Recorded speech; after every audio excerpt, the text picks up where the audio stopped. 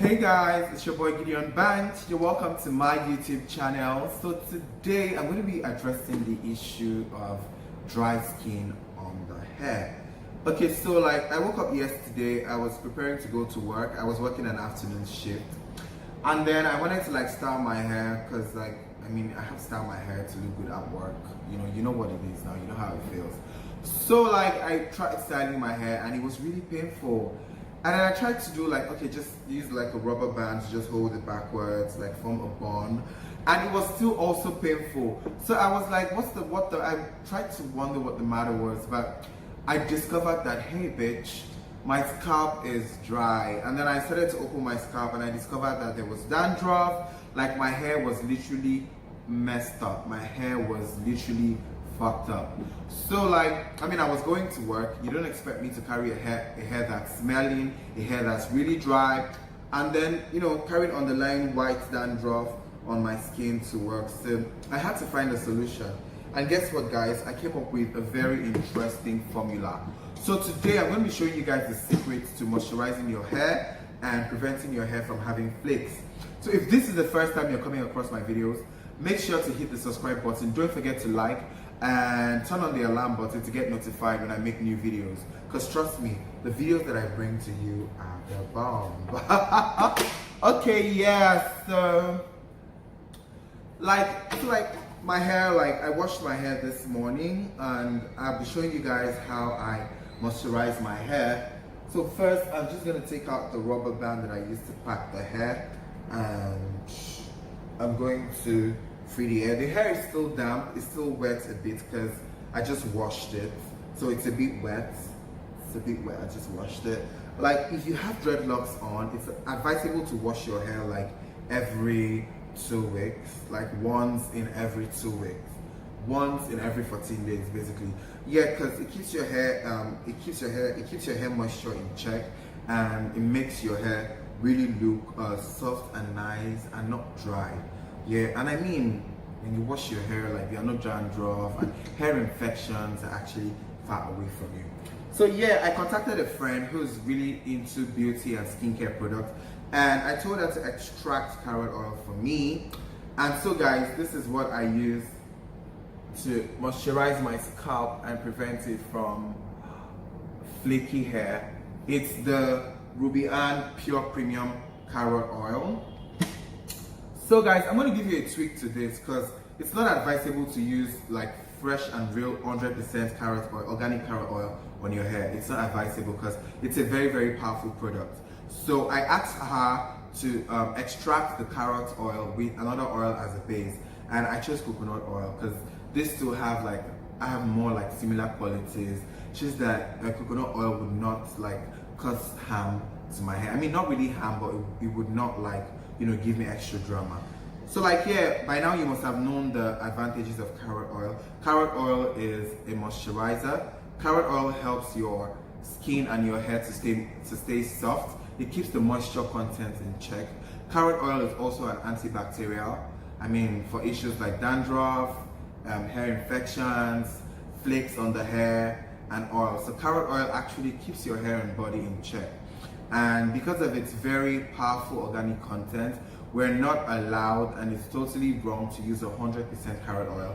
And if you extract your carrot oil and it doesn't have this shiny olive gold color, then that means there's something wrong. And then the flavor of the carrot oil, a good carrot oil has an organic and woody flavor. I mean, I mixed mine with coconut oil, so it needs to have a hint of coconut flavor.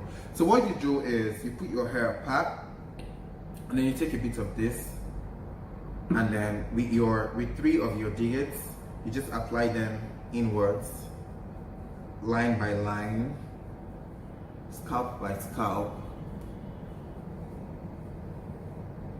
You apply them and massage through.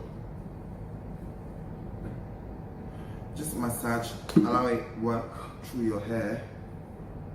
Allow it work through your hair, work it through your hair. It really makes your hair soft. And come to think of it, you don't even need a hairspray. The carrot oil gives your hair this nice carrot flavor. So it looks like you're actually rubbing pure carrots on your hair.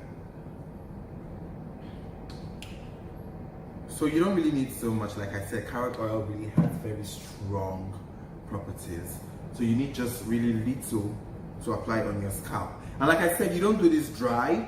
You have to wash your hair first or add some water to your hair. So your hair is like really soft. And then the carrot oil could really sink well. Now look at my hair. It's all shiny and it's all clear of dandruff. So because I'm going to work, I'll just pack my hair a quick on behind.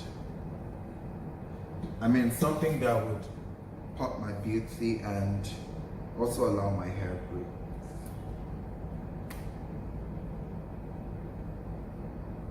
I just take the rubber band like 3 steps behind.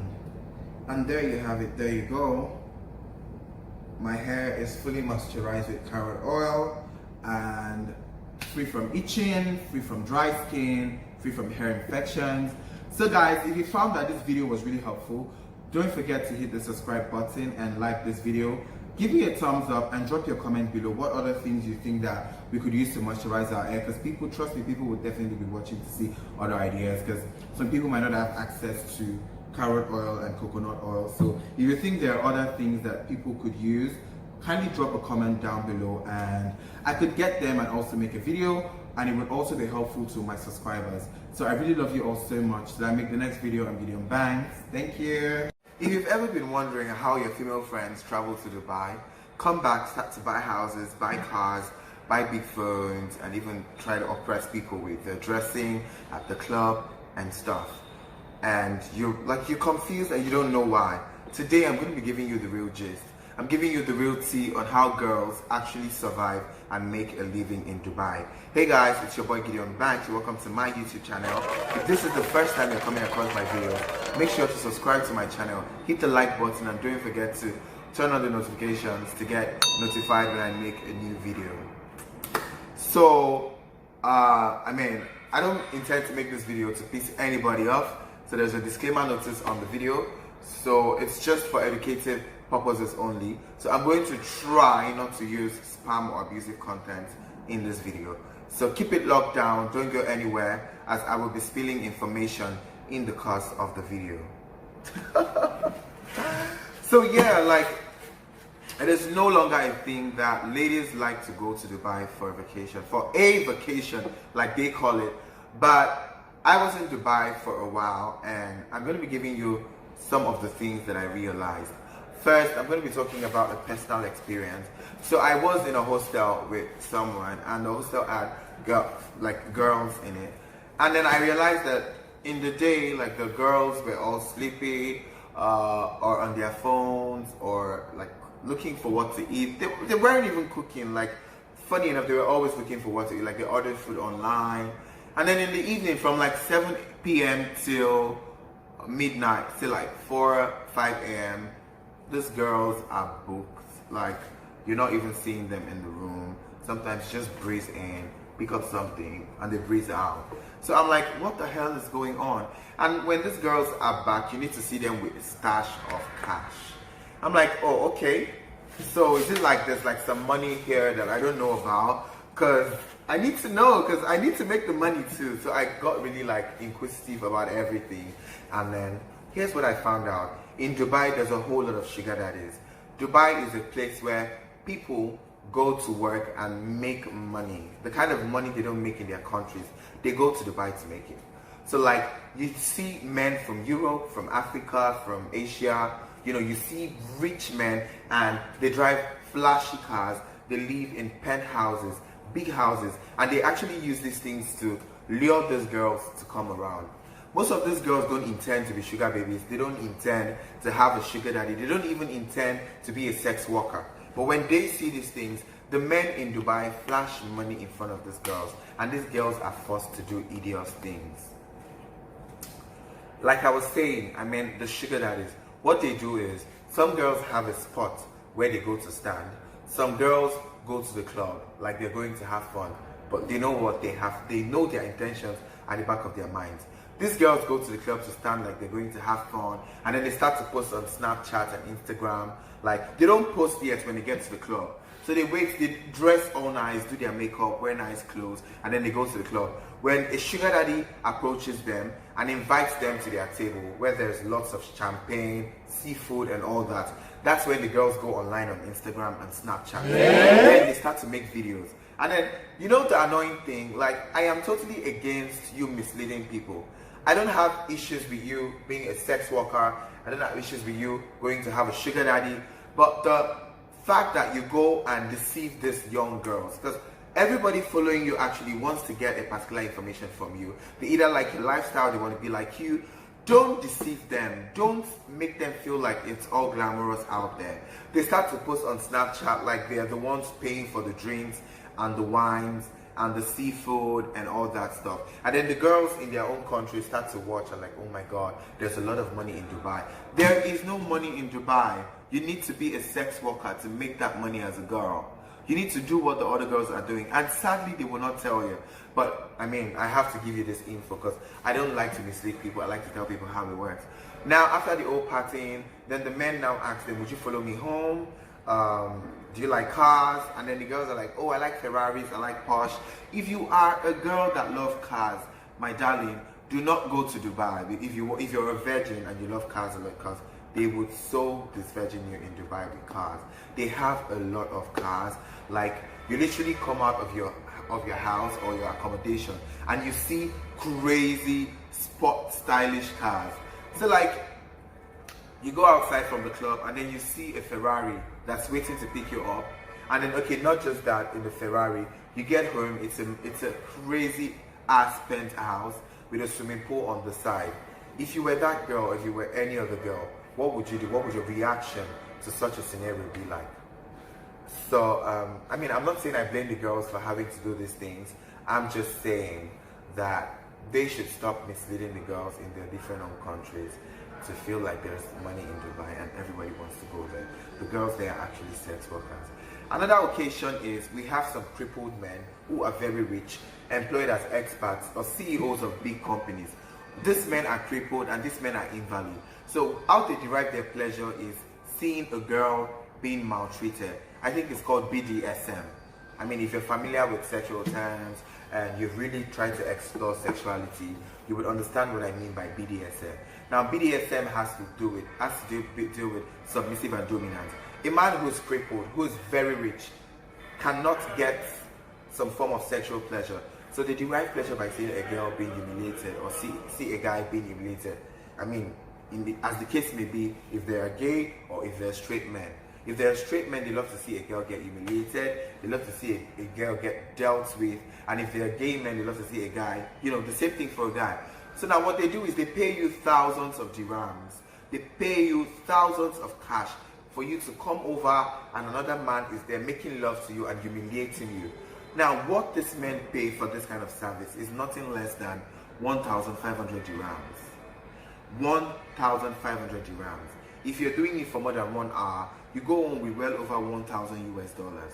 So imagine you have a steady client that's giving you $1,000 for just to see you being humiliated, and you're in Dubai for just 2 weeks. You make 12,000 USD. Tell me how you won't buy a penthouse in your home country. So guys, this is one of the things that the girls also do. Another thing that they do is Tinder. I feel like the main intentions of the people who created the app Tinder is a dating site. They want people to go there and meet prospective people that could be their lovers or people that could be people that they're dating. But now when girls go to Dubai, they turn Tinder into an escort site. So what they do is put sexy pictures on Tinder, put naked pictures actually, put irresponsible pictures, and put a caption. And now, there's 2 ways that these girls use Tinder. This is really getting interesting. There's 2 ways that these girls use Tinder. What they do at first is they act like they're responsible girls, they're just traveling and touring the world. And then when you slide into their DM, they just ask you straight up, what do you want directly? And then, I mean, a man who's looking to have fun that night or that day would say, I'm looking to have you in my bed. I'm ready to offer you so amount. And that's how the girls get their money. The second people are the outright sex workers. They put their naked pictures, they write in their caption how much they charge, and I know how they do for the charges. what they do is they say, if you want me per hour, I cost this. If you want me overnight, I cost this. If you want me for a short time, I cost this. If you want me for an experience, like a boyfriend or girlfriend experience, I will charge you this. So that's what most of them actually do. And then the final thing that I experienced, that I know that girls do, they register on a lot of escort sites. Escort sites is going to be content for another videos. I'm going to be telling you the escort sites that I know that these girls use to get clients in Dubai. Now, they register on escort sites and tell people where they'll be staying, when they're going to be arriving the country, and then they start to have conversations with these men. And then when they get into the country, boom, boom, boom, they go have sex, get the money, and they come back. So like I said, I am not against you trying to survive as a lady, but I am totally against you misleading other young ladies. It is really wrong to make people feel like you're rich, you're trying to impress the streets of Instagram, and then you do not want to tell people how you actually make this money. So like, this video, I hope it was really educative. I hope you had really picked a few points from this video. So if you want to actually travel to Dubai to hustle, I don't know, I feel like this video might be helpful in a way.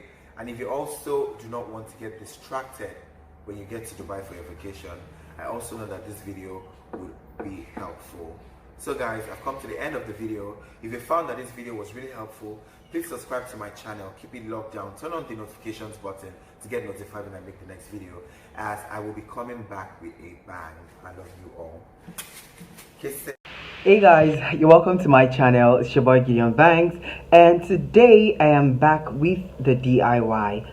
I'm going to be showing you how to make two major kind of lip scrubs, because a whole lot of people send me DMs asking me how do I keep my lips pink all through the year, and how do I keep them soft, fluffy, and even moisturized. And I tell them that it's so easy. You don't need to go to the market to buy chemicals to put on your lips. I mean, these things mess your lip up and don't make them look nice. To do this, we'll be needing some ingredients, and trust me, this move is really organic. These are things that you could have in your kitchen. You don't even need to break the bank to make the scrubs. So the first scrub that we're going to be making is the coffee lip scrub, and the second one is the sugar lip scrub. So we're making two things basically, the coffee lip scrub and the sugar lip scrub. So guys, we're going to kick off with the coffee lip scrub. I'm going to be listing in no particular order the things that we need and ingredients we need to make the coffee lip scrub. First, we need a container. This is like a carrier pan. This could fit in anything, in your backpack, in your pocket. If you're going on a short trip, you could take this along with you, so I mean no situation hinders you from scrubbing your lips. We also make use of the honey. I use the Clax honey because this is like a mixture of the EU and non-EU honey, so this is like perfect for this kind of practical. And then coconut oil. This is a self-extracted coconut oil. It's advisable to extract this oil yourself, because I mean, when you go to the shop to buy these things, we don't know if they've been diluted, we don't know the chemicals they've been mixed with. So I extract my oils myself because I feel like it's the best for me and it's the most advisable thing to do. And then coffee, of course, our major ingredient for today's mix up. I just love to smell coffee. I don't know about you, but coffee gives me life, and I feel like I feel so happy using it to make my lip scrub. Yeah, like coffee. And then of course a bowl to carry out this mixture, to mix up our ingredients.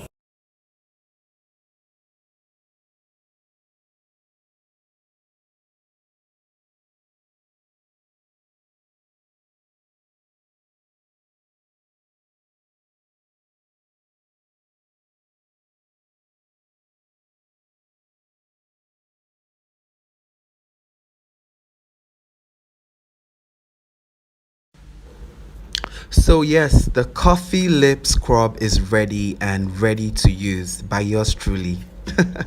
Up next guys, it is the sugar lip scrub, and for this one we're going to be substituting the coffee with the sugar, and my choice of sugar this time is brown sugar because it has smaller particles and it's obviously healthy because it's made from sugar cane, and you know, it's gentle and more softer on the skin than any other form of sugar.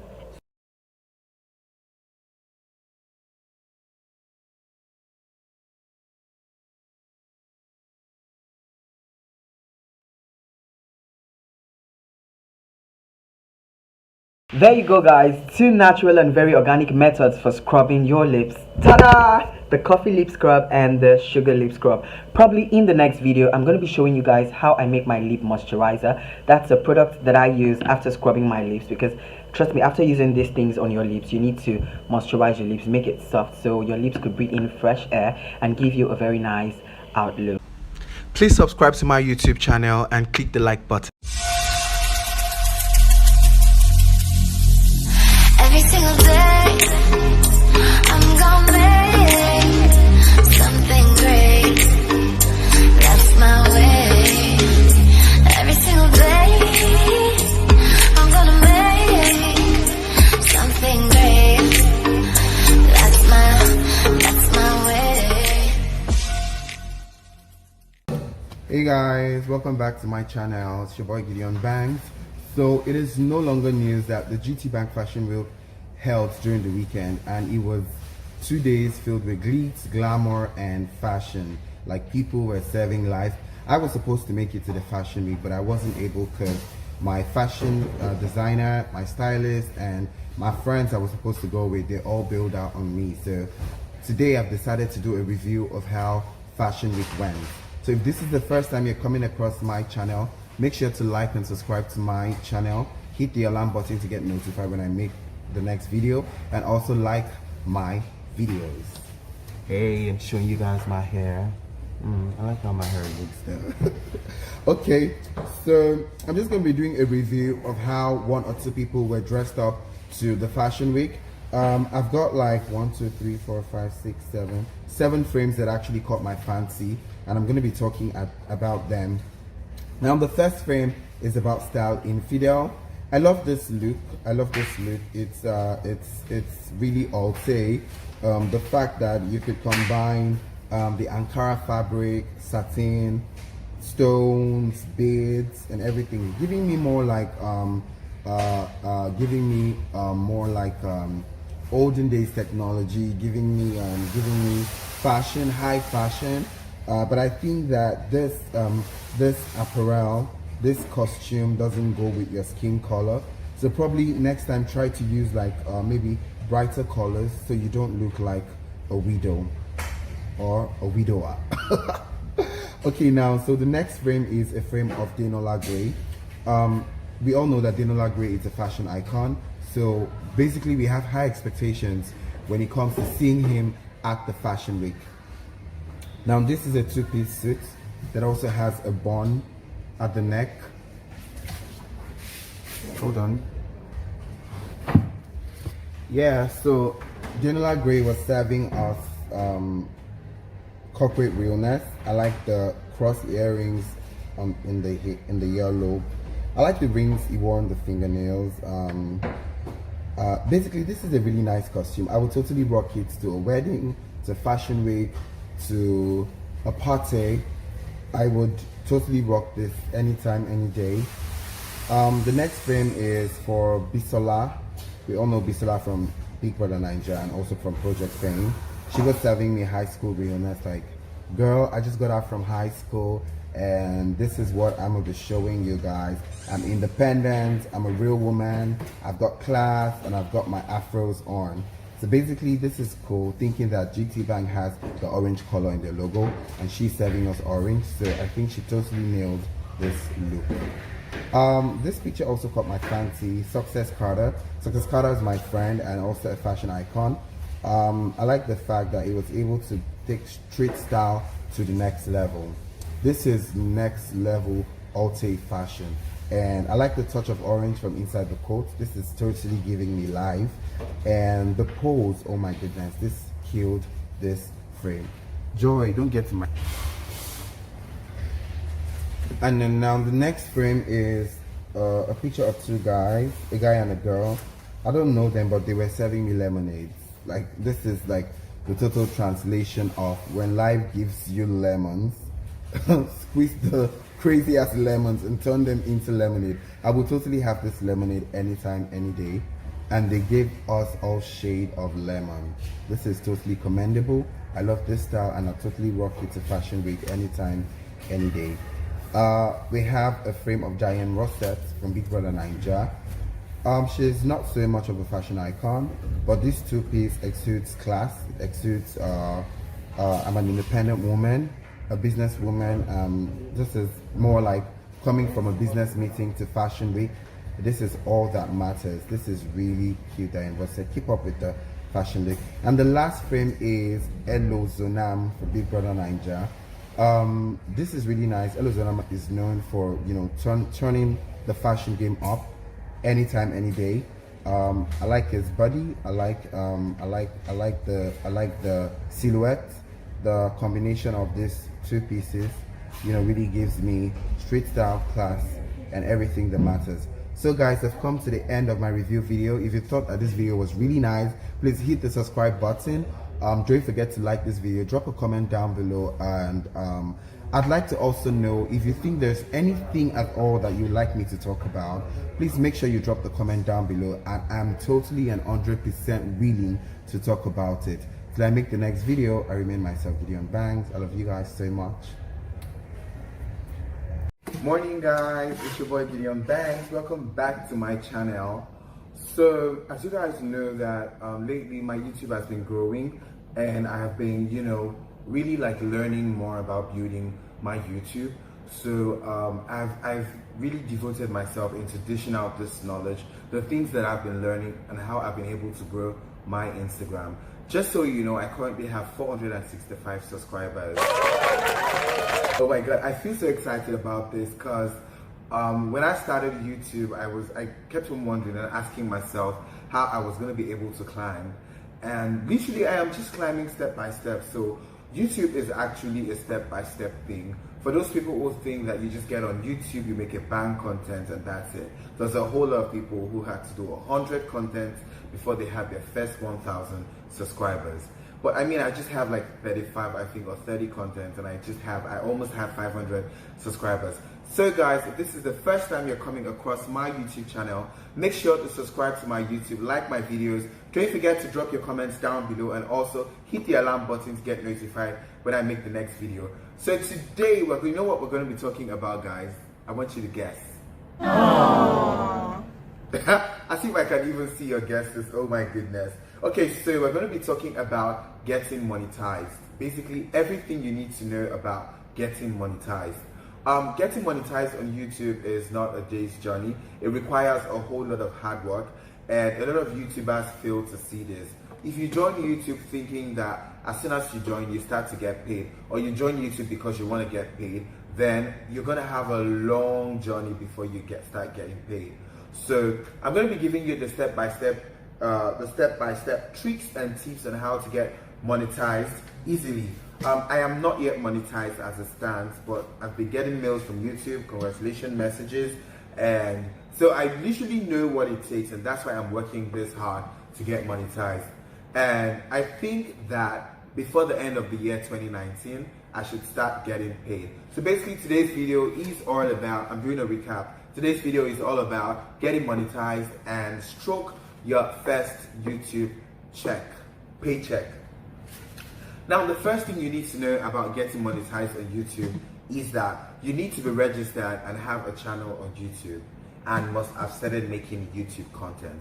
The next thing is to register on Google AdSense, because AdSense are the ones majorly involved in paychecks and congratulating you for your hard work. They are the ones that come up with the YouTube and Google policy and anything that has to do with payment on YouTube.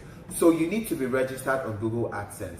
Now, to get done with this, all you need to do is just go to googleadsense.com, fill up the form, provide every necessary info. I can't remember how I did this because I registered on AdSense like before I even had my first 100 subscribers.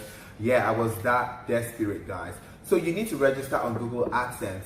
Now, for you to start getting monetized, you need to check some boxes. Now, how do you find out what boxes that you need to check? What you need to do is download the YouTube Creator Studio app. It's called the YouTube Creator Studio app. Now, if you're using a MacBook or a laptop, what you need to do is just go to the type Creator Studio on Google, and this interface will appear on your screen. Now, when you're on this interface, on the lower left corner of the screen, go click on monetization. Now when you click on monetization, it takes you to a screen where you see all the boxes that you have to check for you to start getting monetized. Now you need to be registered on Google AdSense, you need to have a running YouTube account, you need to have 4,000 real-time views. Now when we say 4,000 real-time views, it doesn't just count on your last video or your video over the last 3 years.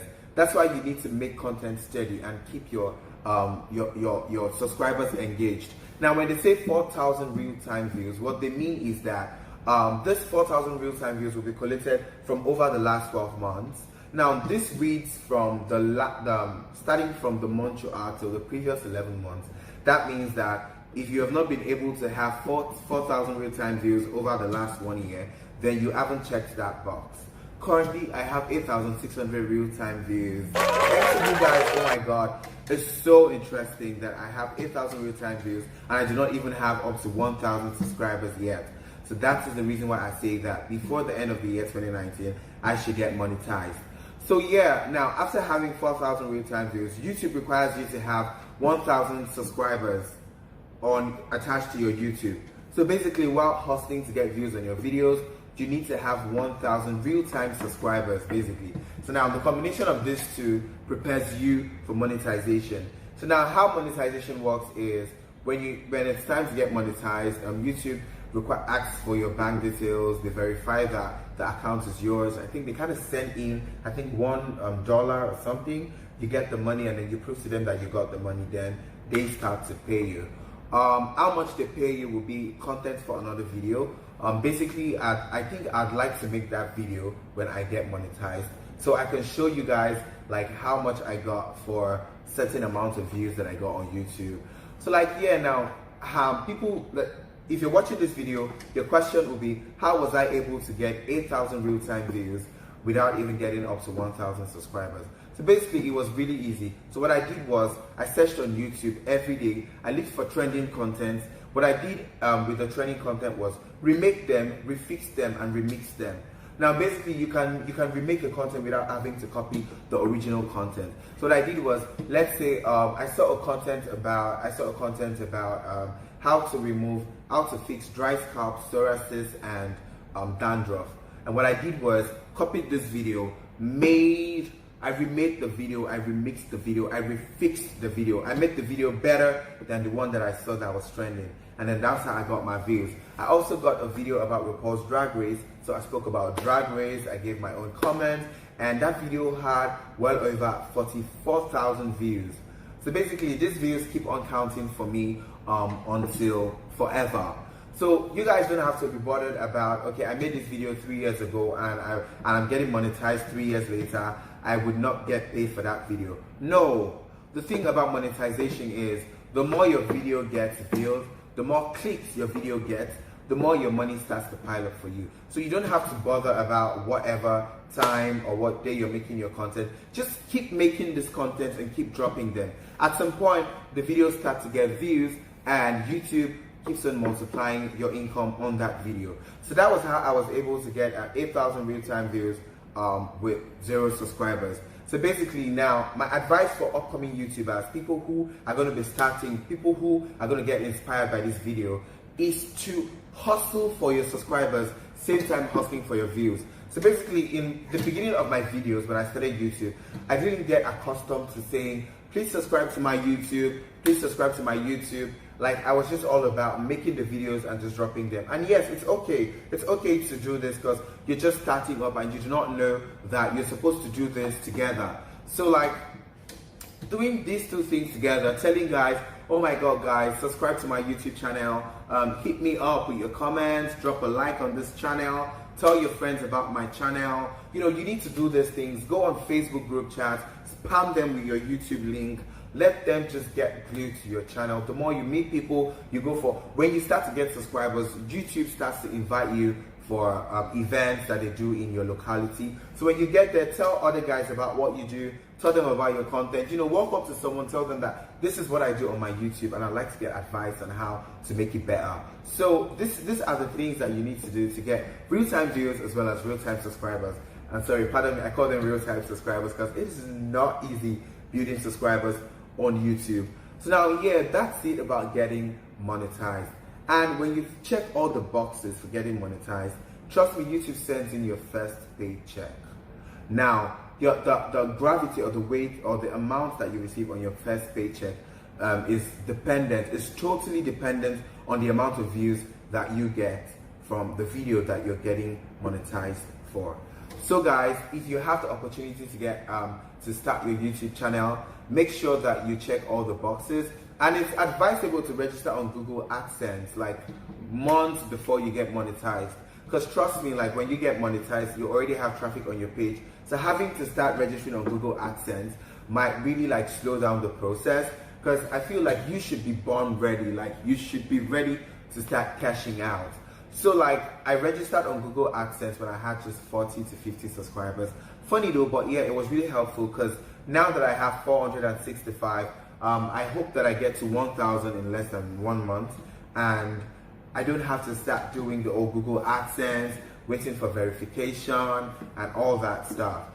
Right now, I am totally registered on Google AdSense and I'm just waiting to get my first paycheck and get verified on YouTube. So guys, that is it about getting monetized on YouTube. So work on your content, make sure your videos are really clear, make sure that people understand everything that you say.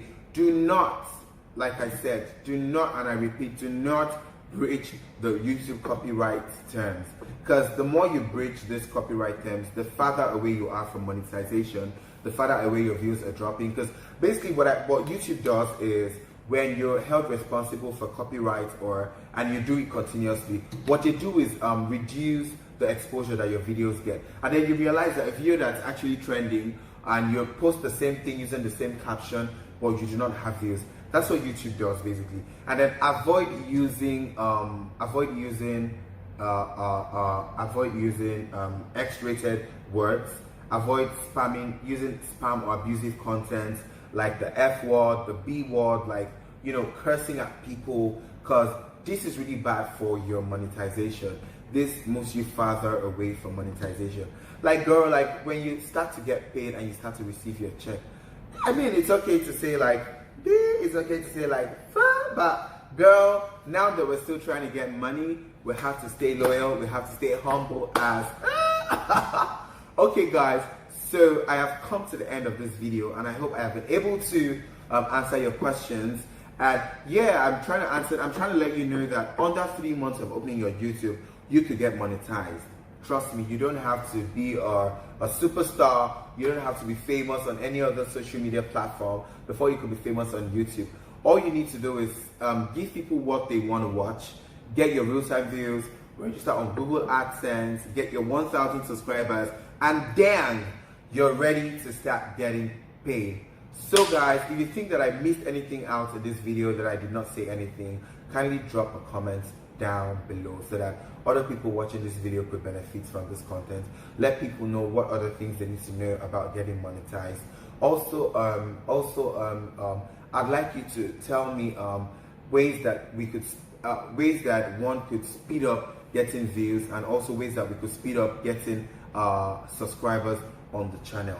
So if you found that this video was really helpful, make sure to subscribe to my channel.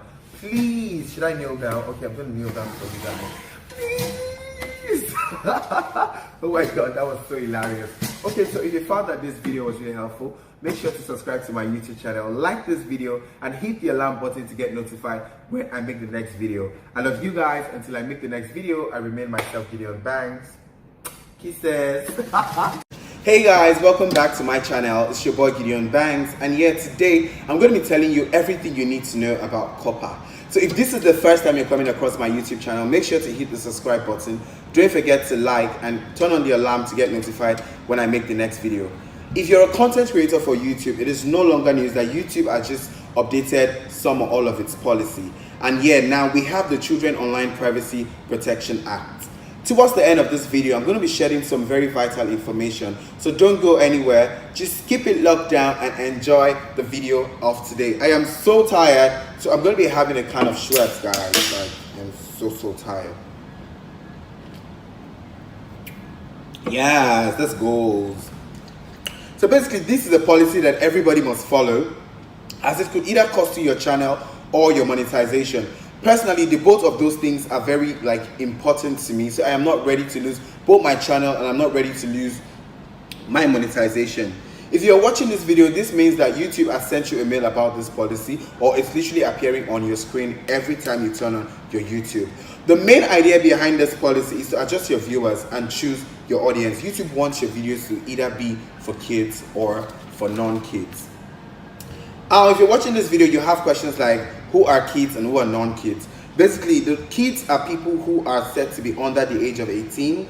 They are considered to be minors, people who cannot see adult content, and more like people not up to the age of 18, basically, yeah. So if you're not up to the age of 18, you're not liable to be called an adult.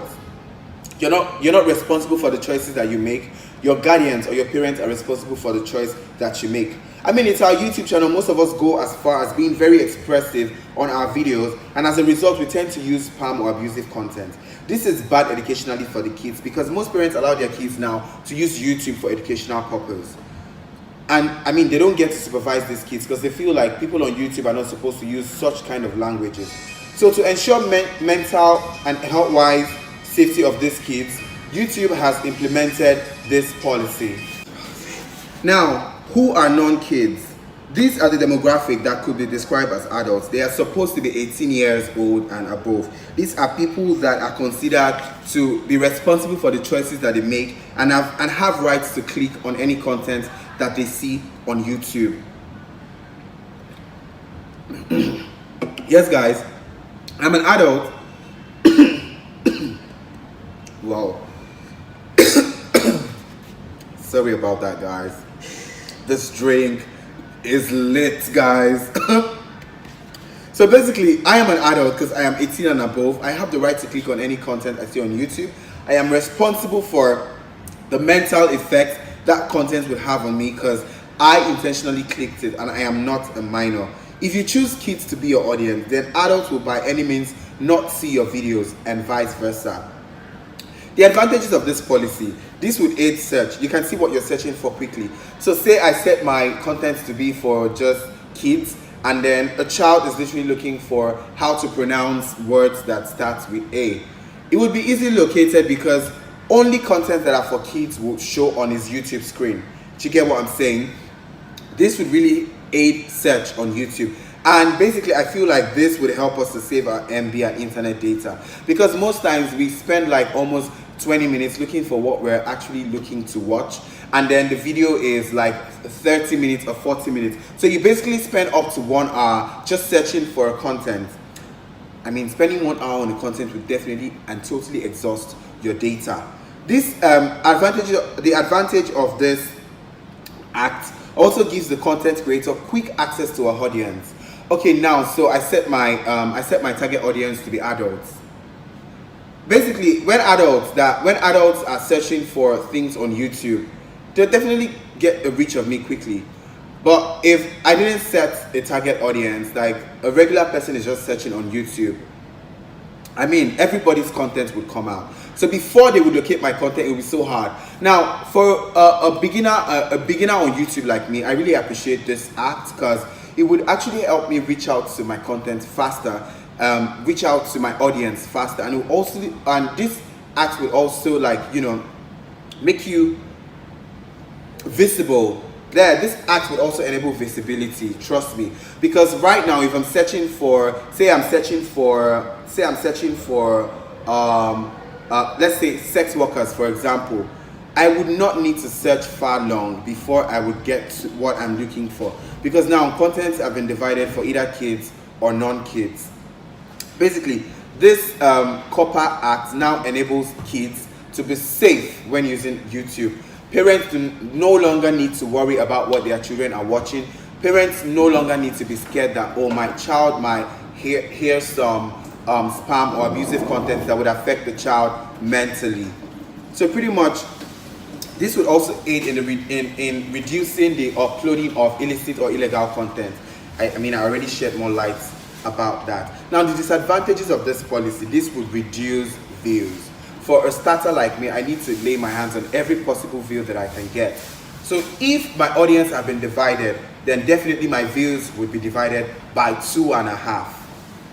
People would actually have to choose, like, people would actually have to choose contents that they want to watch. This is really bad for content creators.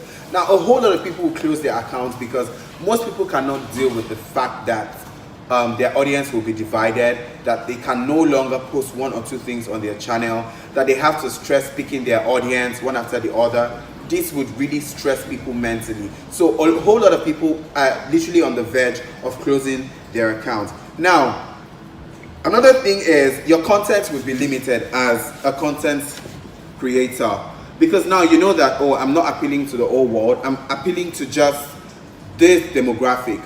So now you do not have the chance to be creative about your content. If you have chosen to talk about education, you have to talk about education for the older demographic. So now it makes your content really limited and restricted. This will really totally affect your views and your income. And this is really bad for upcoming YouTubers. So basically, I'm going to be showing you how to set your audience on YouTube. Now, how to set your audience on YouTube. The first step is to open your YouTube Creator Studio. Now click on Channel. After clicking on Channel, click on Advanced Settings. Now you set audience from the three options that will be listed below. You have options like, is your channel for kids, your channel for non-kids, or my channel is not for kids. I'd like to set it on each video. So basically, it's advisable to set your YouTube audience at channel level. Basically, there are two ways to activate these settings: at the channel level or at the video level. At the channel level, it is the most preferable. That is what I prefer to do. It allows you to be straightforward with the settings. Any option you pick automatically activates on all of your recent videos and the incoming videos. And then if you feel like you have any videos that that do not align with the option that you chose, or that you might need to change, later in the future, you can adjust them at the video level. Now, this brings me to the video level. Basically, this option allows you to click on the video manager in the Creator Studio. Now pick the particular video. You see boxes beside the video. So you click on those boxes and then click on Edit, Set Audience, and set it to either kids or non-kids. Basically, there are frequently asked questions about this COPPA Act. The first question I got was, a lot of people will ask how it affects monetization. It affects your monetization both positively and negatively. Positively in the light that you've chosen your audience. Now you'd easily reach out to them and you'd easily get more subscribers. Now you have fixed number of subscribers, you have an increase in subscribers because you have set your audience. Definitely your views will totally rise. Apart from that, like, so far you set your audience, when adults search for anything relating to your content will pop up. This will also increase your numbers. But negatively, it affects your view, it affects your monetization. It affects your monetization such that some people could get bored of your content, because some people actually like to watch YouTube with their whole family members, and a situation where they cannot do this anymore, that YouTube, as in this particular channel, is now for kids, now for adults, it might reduce your views, basically. Now, some children that used to like to stick into adult content would stop watching. So basically, I mean, the lesser your views, the lesser your monetization. Now, what happens if I do not carry out this exercise? If you do not carry out this exercise, YouTube will close your account. Now, there are three answers to this question. If YouTube doesn't close your account, YouTube would set your monetization. YouTube has a program in place that will listen to your content, that will listen to your videos, and then know if they're actually for kids or for non-kids. Now, sorry to say, if your contents were for adults and then YouTube set your content for kids, your views would literally drop and you would get frustrated and want to close your account. So basically, you have to carry out this exercise. Now, the full meaning of COPPA is Children Online Privacy Protection Act. How does this benefit YouTube? I feel like YouTube has been selfless about their platform, so I'm not sure that this platform is going to benefit them in any way. They're just trying to tread with the law. It is a law and they have to follow it. So guys, don't think that YouTube is trying to extort your money or trying to intentionally reduce how much you make on your videos. Now, call to action. I want you guys to drop questions down below, drop questions how you think that COPPA would really affect your channel, how you think that COPPA would really disturb you from making money on YouTube, how you think that COPPA is actually contributing to the effectiveness of YouTube and to the improvement of YouTube. I'll give answers to your questions, but I'd really like that you drop your contributions. In the next video, I would just maybe answer it, or I'll give you an answer down in the comment section. So if you found that this video was really helpful, please hit the subscribe button. Don't forget to like my videos. Turn on the alarm to get notified when I make the next video. Thank you guys so much. I hope that I've been able to answer your questions and give you insights about the Children Online Privacy Protection Act. Thanks guys. Hey guys, welcome back to my channel. It's your boy Gideon Banks. It's been a long time I made a video because guys, I've been trying to recover from the whole like New Year vibing and all of that. Even though I made some videos earlier this year, but yeah, I think that maybe let's just say that the New Year happened. Okay guys, so today's video is not far-fetched, as I already made like a pre-post of it yesterday on all of my social media channels. Today I'm going to be talking about my first time having sex. Basically the first time that I had sexual intercourse. Disclaimer notice guys, this video is in no way related to advance like sexual harassment to people. This video is solely for educational purposes. This video is to teach, to guide and direct. This video is not to influence you negatively. Like I said earlier, this video is just for educational purposes only. Oh my goodness guys, I am not going to be hiding anything. I'm going to be spilling the tea and telling you everything, how it all went down. So if this is the first time you're coming across my YouTube channel or any of my existence, please make sure to hit the subscribe button. Don't forget to like this video and drop a comment down below. Turn on the alarm to get notified when I make the next video, because it's about to get lit. Okay guys, so I had sex. The first time I had sex was I don't know the year, but I know that I was 16. I was almost done with high school, and it was, I wouldn't say I mean, a lot of people say that my choice of content is like really abnormal, so I'm trying so hard. I'm gonna try so hard to make this video look as normal as possible, because like, yes, so I know that I was almost done with high school, or I was preparing to write my senior exams. So yeah, it just happened. I, like every other normal people, had a virginity that I valued the most. I valued my virginity a lot because it was everything for me. Oh my god, guys, this is so creepy. Okay, yes, so there's this girl that was always, I'm not going to be mentioning names because I'm going to be respecting people's privacy, but I'm going to be giving you details to like the best of my strength and energy, the best of my capabilities. So there's this girl that used to see my older brother then. Sorry bro if you're watching this video.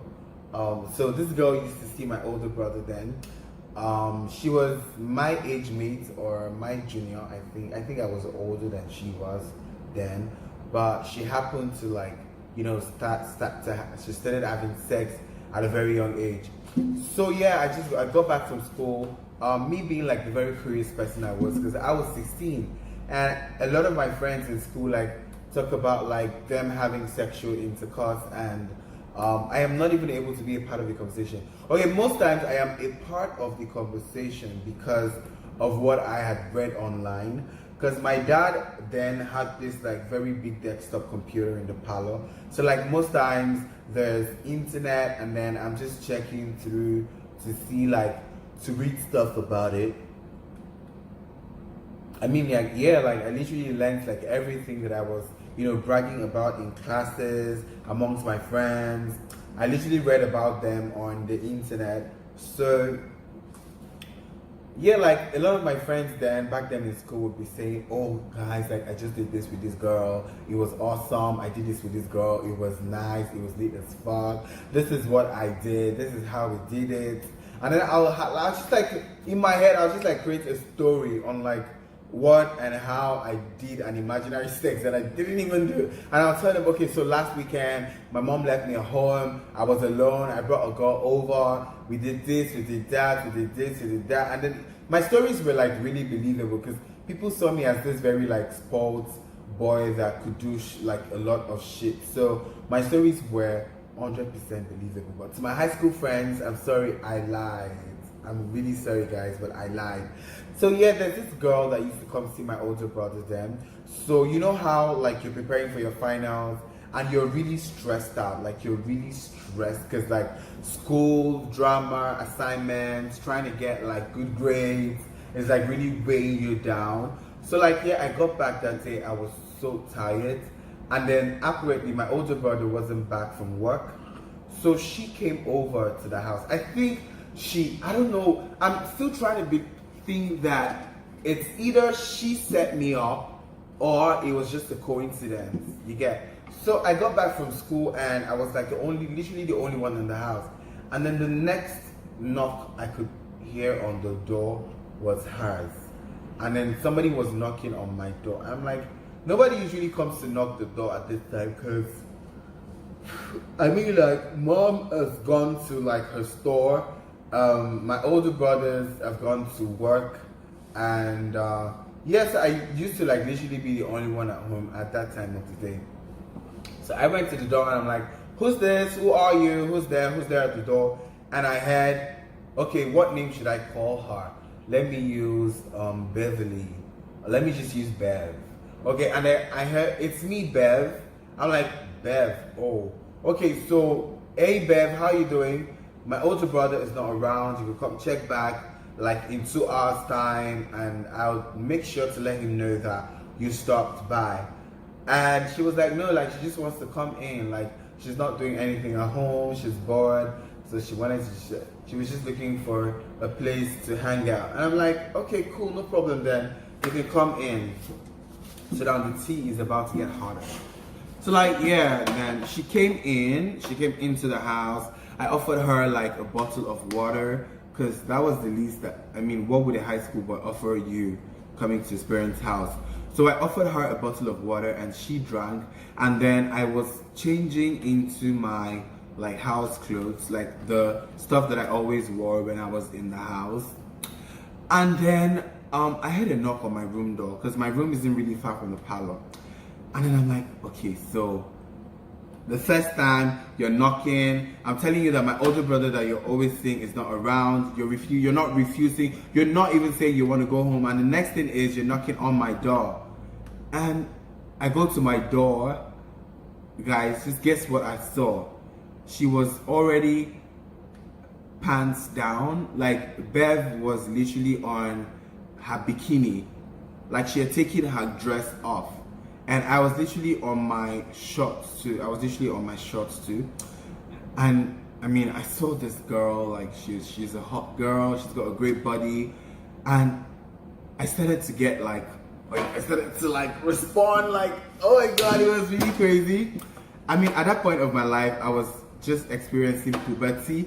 And you know how it is, like when you're experiencing puberty. At the point of puberty, like you're not sure what you want for yourself sexually. Like at that point, like I feel like for most of the people, for most of the teenagers, like everything goes at that point in time. So like, she came into the room and she's like, Gideon, how you doing? And we started to have a conversation, and then I told her that what's she trying to do? She's like, she wants to lie down on my bed. I'm like, how the hell would you want to lie on my bed? Like, you could go lie on my brother's bed and not my bed. And then she was like, she wants to lie on this bed. And then I think I was on my phone. I was trying to like reply. I was trying to reply. I don't know. I was trying to reply to a comment on Facebook. And then the next thing she did was just she collected my phone from me. At that point of my life, I was really like very sensitive with my phone. Like I don't joke with my phone, and I do not appreciate like when people just like drag my phone, like collect my phone from me. So I wasn't really comfortable at all. And then we started this whole like fake fight thing, this fake boyfriend pillow fight thing. So and then she dragged my phone and she was about to put it in her underwear. And I got to like, can I have my phone? And then we started to like drag the phone. It was fun. And you know, at this point in time, this is when your body now starts to respond more. And then I got like the how do I put it? like the feeling, like the crave and the urge got more intense at this point, because there was like a struggle, because we were struggling for the phone and I was getting more like erect. And then the next thing was she took her pants out, and I'm like, okay, so now this is legit and literally getting out of hands, like. But at the same time, my body was reeling. Like, my body was reeling. So, like, it was... At a point, I had to stop and pause, and then she dropped the phone, and then I thought about it, like, should I do this? Should I not do this? Should I do this? Should I not do this? I have never done this before, but I have read a whole lot about it. And worst case is I didn't have a condom. Yeah, guys, like, I didn't have a condom. I thought about it, I'm like... I don't want to get any like infections. I don't want to get like any like stuff. I don't want to get like any complications after this sex. So I was like, oh, should I do this? Oh my god. And then she kept forcing, and then the next thing she took a bra out, and then she was stark naked, and I was just on my shorts, and I think I was literally naked because I was hard, and then my stuff had already found its way out of my boxer shorts. So like we both were literally like stark naked, and the next thing was she just came down and started giving me a mouth action down there, and I was like, what the hell? This was the first time I had somebody like sucking my stuff, and I felt blown away. I felt like I was on top of the world. And I mean, like a 16-year-old boy, what would you expect? So I was just there, and then she was, I mean, I feel like she was still rough at the point, because I mean, after then, like, this is like so many years ago, I've had like a whole lot of other like mouth actions, and they've been awesome. So I feel like she was really rough at that point, like she wasn't really good with that. So yeah, like, I mean, after the mouth action, we got straight to business. She laid down on the bed and she spread her legs wide open, and the next thing was, I asked her, do you have a condom? Do you have golden circle? Like gold circle, golden circle. I mean, as a young guy, we used to call it golden circle, but I grew up to find out that it was gold circle. So yeah, she was like, no, she doesn't have a condom. I ran to my brother's wardrobe to see if I could find any. I opened his wardrobe and I found one. There was just one there, and I was scared that, oh my god, if I should use this condom, my older brother could really like get like he could really like get angry and start asking, and you know, he could even beat me up for even using his condom. And then you know how it was then, like as a young guy going to a shop, a guy of under 20 going to a shop and telling them that he wants to get a condom. So like, I feel like my brother at that point in his life, he was 22 then, I feel like at that point in his life he was getting condom from his friends who were already sexually exposed.